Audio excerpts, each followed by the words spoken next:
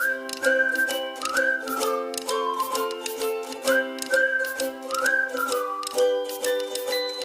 mampu menganalisis tentang motivasi belajar. Peserta didik mampu merumuskan faktor-faktor penyebab belajar. Peserta didik mampu membangun motivasi belajar ya. Itu adalah tujuan daripada kita melakukan bimbingan klasikal hari ini. Nah, lanjut.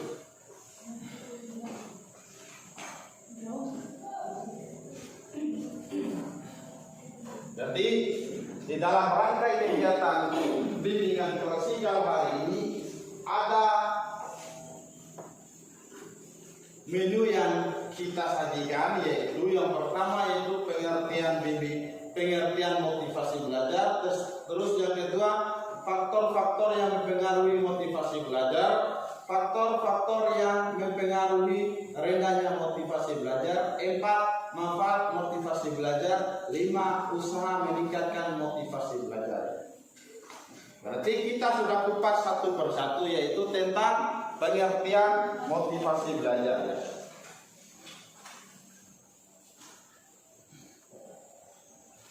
Jadi siapa yang bisa baca itu?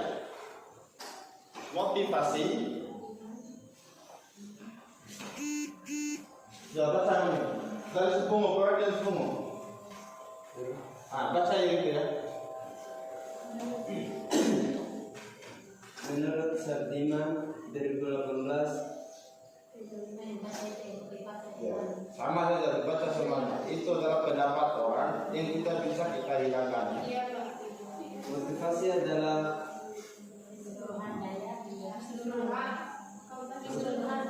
keseluruhan daya penggerak di dalam diri siswa yang menimbulkan kegiatan belajar yang menjamin kelangsungan dari kegiatan belajar dan memberikan arah pada kegiatan belajar sehingga tujuan yang dikehendak oleh subjek belajar itu dapat tercapai.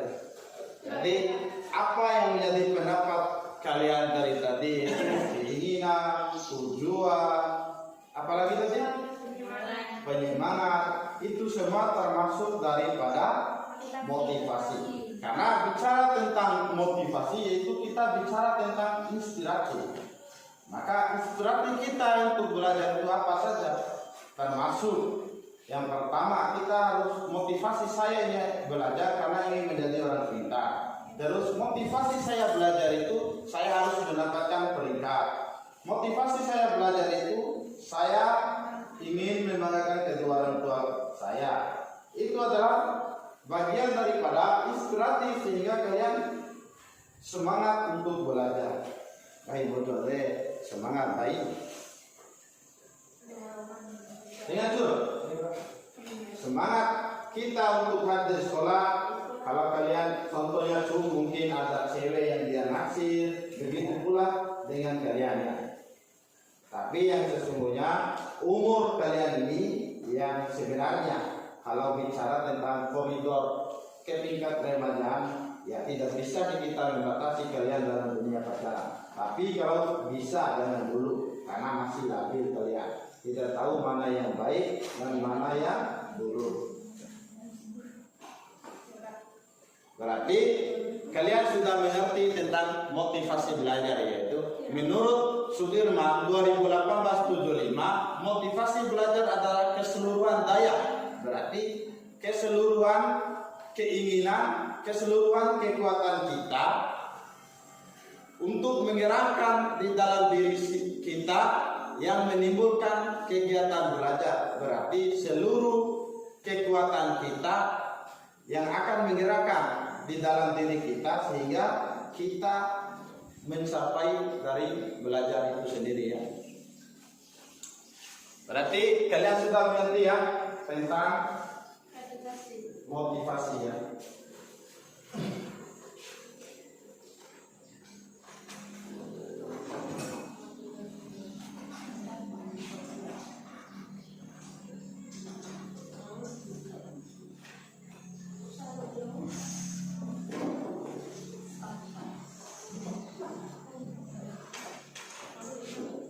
Bisa ya? Sudah. faktor-faktor penyebab, faktor-faktor pengaruh yang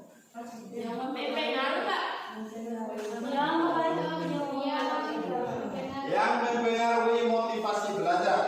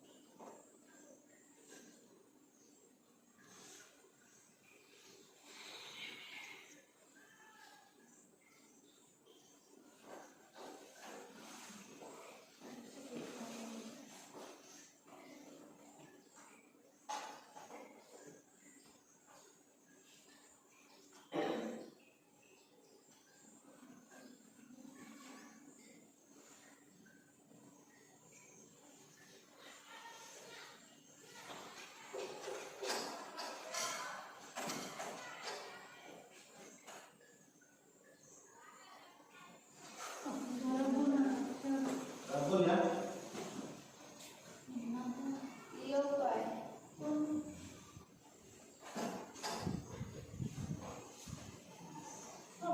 Berarti faktor-faktor yang mempengaruhi motivasi belajar yaitu yang pertama adalah minat, yang kedua adalah cita-cita, yang ketiga adalah kondisi peserta didik, faktor ekstrinsik, lingkungan keluarga, lingkungan sekolah. Berarti ada 3 ya, yaitu yang pertama adalah minat, terus yang kedua adalah cita-cita,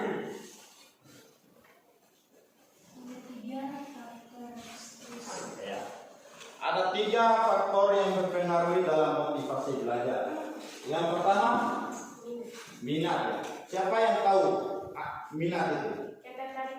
Ya, bagus. Apalagi?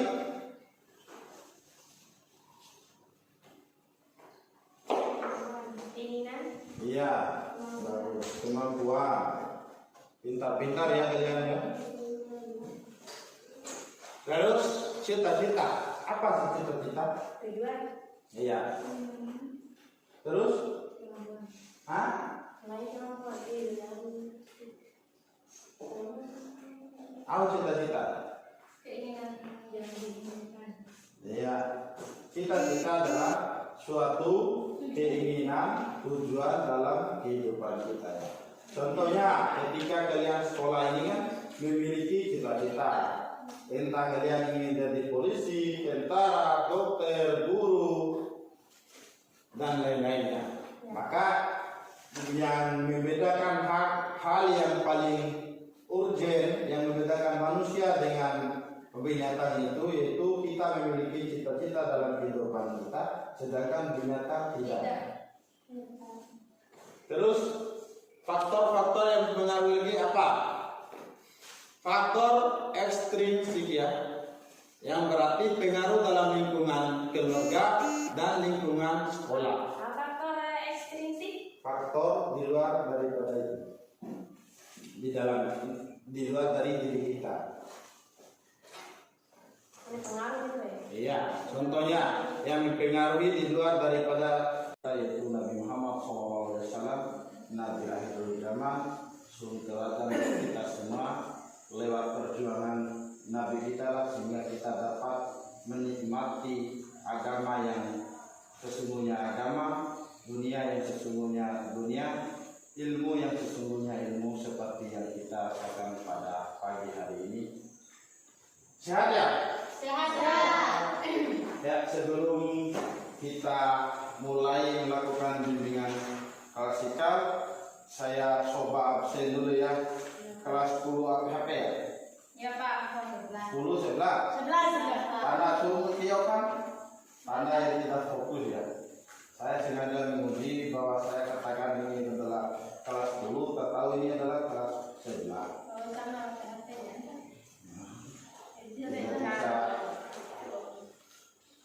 Asdina, orang mana? Lara, saya. Amelia. Betul? Hah?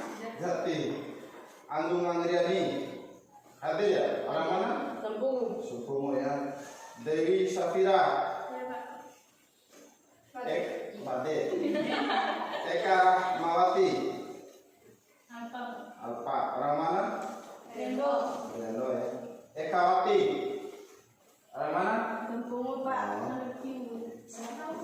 Sera Puspitasari. Ada, Pak. Hadir. Mana? Nah, orang mana? Orang tembung. Ferdiansa. Hadir. Subuh. Bicara. Fitra Dana. Apa, Pak? Orang mana? Jati. Isa. Apa? Larasati. Betul? Leni Carolina. Lilis. M. Rizal. Nur Akidah. Nur Firdaus. Nur Lila. Nur Lia. Nur Wahida. Ribiningsi. Sakit. Tiara. Hadir, Pak. Tri Sulastri. Wildaruliani. Hadir, Pak. Yuni Andrianingsi. 11 APHP ya? Ya, Pak. 10 APHP. Soal main? Oh iya. Jadi ada 5 orang yang tidak hadir ya. Ya, Pak. Ini adalah tugas kita secara bersama untuk memberikan peringatan terhadap teman kita ya. Sehingga teman kita ini sadar bahwa pentingnya dalam dunia pendidikannya. Ya, Pak.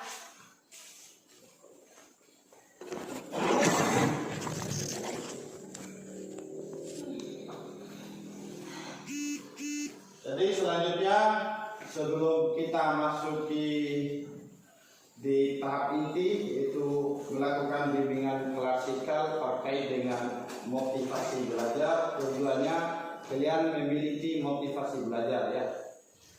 Yang pertama saya ingin menanyakan kepada adik-adik saya sekalian, apakah kalian siap mengikuti kegiatan ini? Siapa? Baik, karena sebagai umat Islam yang beriman, dan mari kita sama-sama membaca doa ya. Mungkin bisa dipimpin oleh Cum. Dia itu Ya.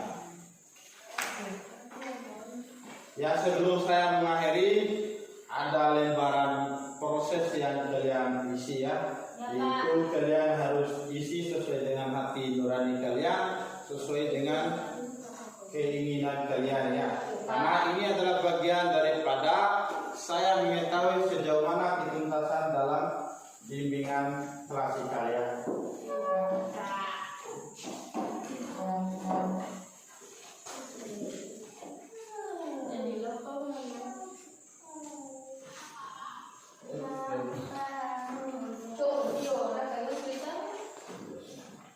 Berarti karena kita tadi mengawali dengan doa, maka kita harus tutup dengan doa ya.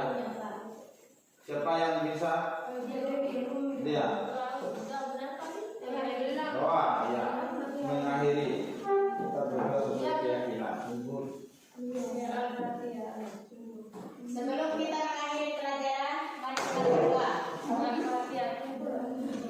Baik, terima kasih yang tak terhingga saya sampaikan kepada adik-adik saya. Jadilah manusia yang berguna buat bangsa dan negara, lebih-lebih buat orang tua kalian. Karena kembali saya ingatkan bahwa yang sesungguhnya tujuan daripada kalian sekolah itu untuk menuntut ilmu. Maka untuk mendapatkan ilmu tersebut kita harus pandai untuk belajar. Akhir kata, lebih dan kurang saya mohon maaf. Wassalamualaikum warahmatullahi